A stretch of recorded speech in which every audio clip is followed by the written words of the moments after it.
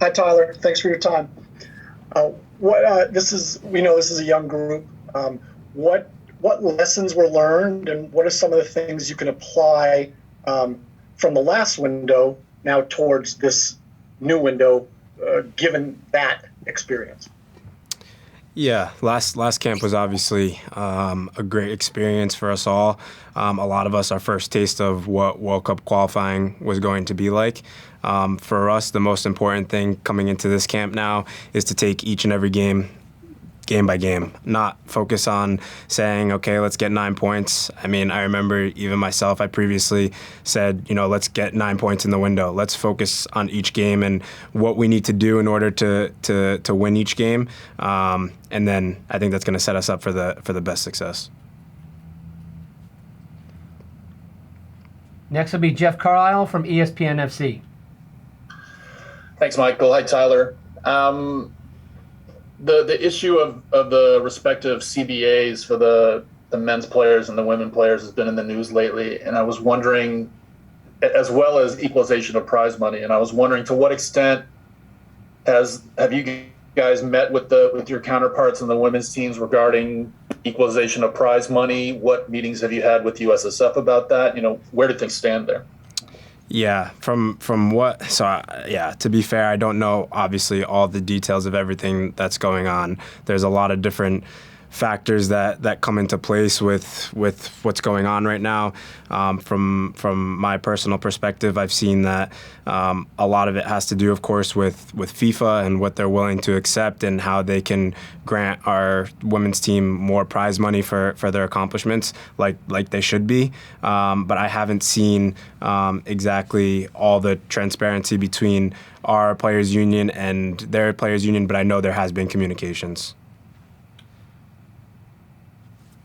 Next, we'll go to Brian Strauss from Sports Illustrated.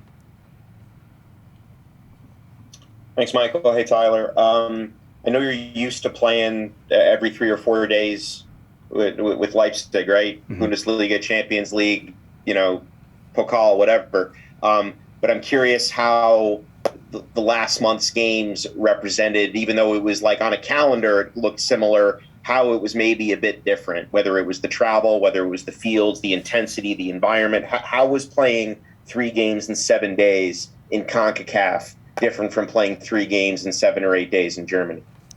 Yeah, it's all a little bit different, of course. I mean, I think the initial factor is when you have to travel from Germany or Europe to coming to the U.S., for instance, and then, getting used to the time change. That's obviously a little bit challenging, but the intensity of the games are very similar, so there's no difference in that. But yeah, our bodies are used to it from playing on the European schedules and, playing in different competitions. So when we come to CONCACAF and to World Cup qualifying, at least we have a little bit of a feel for it. And we're a little bit into our season now, so I think the fitness is there, which also helps.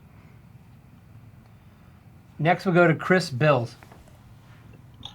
Yeah, thanks. Hi, Tyler. Welcome to Austin. I'm just kind of curious about what you think about the facilities, getting to a new soccer city. What do you expect on Thursday, and just what it means to have another place like this that you can come back from Europe and kind of see the game kind of growing in this way.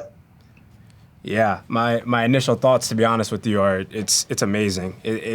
I didn't really know what to expect. Of course, I've seen pictures of it, and I even have a couple friends that are playing here as well. But when I got down here and we obviously had our first training, the fields are amazing, the facilities are amazing. They have everything you need, and it's great as a national team when you can come here and train out of a place like this in preparation for important games. It gives the group confidence.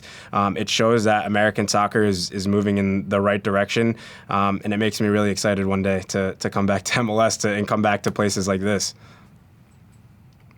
Next, we'll go to Sam Stejskal from The Athletic. Thanks, Michael. Thanks, Tyler. Hope you're doing well. Greg has talked about how he didn't like the mindset coming into camp for the whole group, not just players and coaches, and thought you guys weren't quite focused enough. I'm curious, obviously it's only one training session in, but we're only a few days away from the game. What's the mindset like right now, and how, if at all, was communication different between the coaching staff and you guys from last window until this camp? Yeah, the communication between the coaching staff and the players is really, really good. And that's one thing that Greg has emphasized to the players, is that whenever we need them or they need us, we're going to be in constant communication about what our role is, what our plan is, and kind of the trajectory we want of the team. Yeah, I think that coming into last camp, maybe we were just a little bit naive and we didn't really know what to expect. And that's why we had to use those first 3 games as a learning process. And now you can already see, like you said, yeah, it's been one training, but at the end of the day, you can tell that the group is focused, and we know what our ambitions are, of course. But again, it's just that game-by-game mentality now. Next, we'll go to Ivan Skolarsep from SBI Soccer. Thanks for the time, Tyler, and thanks, Michael. A lot of curiosity on this call, apparently. So I did want to ask you about the midfield and a lot of new faces in this midfield with Luca Delatorre, Gianluca Busio, Eunice. What do you like about what you're seeing in that group, and how important are they going to be in terms of picking up the slack for the creativity you're missing with Gio and with Christian not being in the group? Yeah, obviously missing players like Gio and Christian. That obviously affects the team. They're creative players, they're dynamic players. But when you look at the squad and the depth of the squad, we've always had that next man up mentality. And to see faces like this coming in, where guys are playing week in and week out for their clubs and doing really well, it's great to see. So obviously Eunice is someone that I'm familiar with. I've had a couple camps with him now. Luca Delatorre I grew up with and know him and how skillful he is and how hard he's worked for his own path, and to see him striving now and making his own strides in Netherlands is great to see. And Gianluca Busio, yeah, I remember playing some preseason games against him when I was at New York and he was at KC, and to see the strides he's made is unbelievable. So I'm really excited for him. Hopefully they all get opportunities. We're going to need everyone this camp. So yeah, in terms of picking up slack, I think that they all have their own qualities, but I think that they're going to be able to make a big impact with the team. Next, we'll go to Ryan Talmadge from Goal.com. Hey, Tyler. Last camp and at the start of this camp, Greg's talked about wanting to play faster. And I know that a few players, I think you might have as well, talked about how the team needs to break lines and be more aggressive and get into the final third and put teams under pressure more. And when you do that, it has a ripple effect from the attack to the midfielders to the defenders to the goalkeeper. So when you guys play more faster and more aggressive and everything like that, how does that change what you have to do? What are some of the things that you might have to do a little bit differently this camp from your position? Yeah, I think that I need to, from a personal perspective, I just need to try and get the ball in areas where I'm able to break lines more effectively and just get the guys in attacking positions the ball more often. I think that the last camp we had a tendency for our attacking players to come a little bit deeper and try to find the ball, and to be honest, that's completely normal for attacking players. When they don't feel like they can get the ball, then they have to come back and get the ball. So if we're just a little bit more efficient and we're able to get them the ball in better positions, then I think that's going to obviously have a big effect on the team, putting them in more dangerous spots. Next, we'll go to Henry Bushnell from Yahoo. Thanks, Michael, and thanks for doing this, Tyler. If you think back to last month, on the outside, in those days leading into the Honduras game, and certainly at halftime of the Honduras game, there was some panic from fans, or at least worry.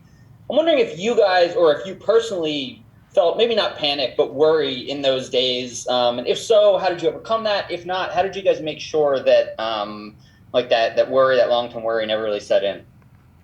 Yeah, we have a huge belief in our team and the quality that we have and kind of the goals that we've set for ourselves. So I don't think there was ever that sense of panic. I think we knew that the job was we're going down to Honduras and we're really going after those 3 points. And I think that, again, that first half was a little bit of a wake-up call for us and what we needed to do. And we had to battle more, we had to compete harder, and we just had to ultimately just leave it all out there on the field. And that's what the U.S. has been so good at in the DNA of the USA forever now. So in that second half, yeah, we definitely turned things around. But at halftime, we talked to each other as a group, came together collectively, and just told ourselves, let's dig deep. There's another gear that we can find and get into. And yeah, obviously we responded well. So I was really happy with that.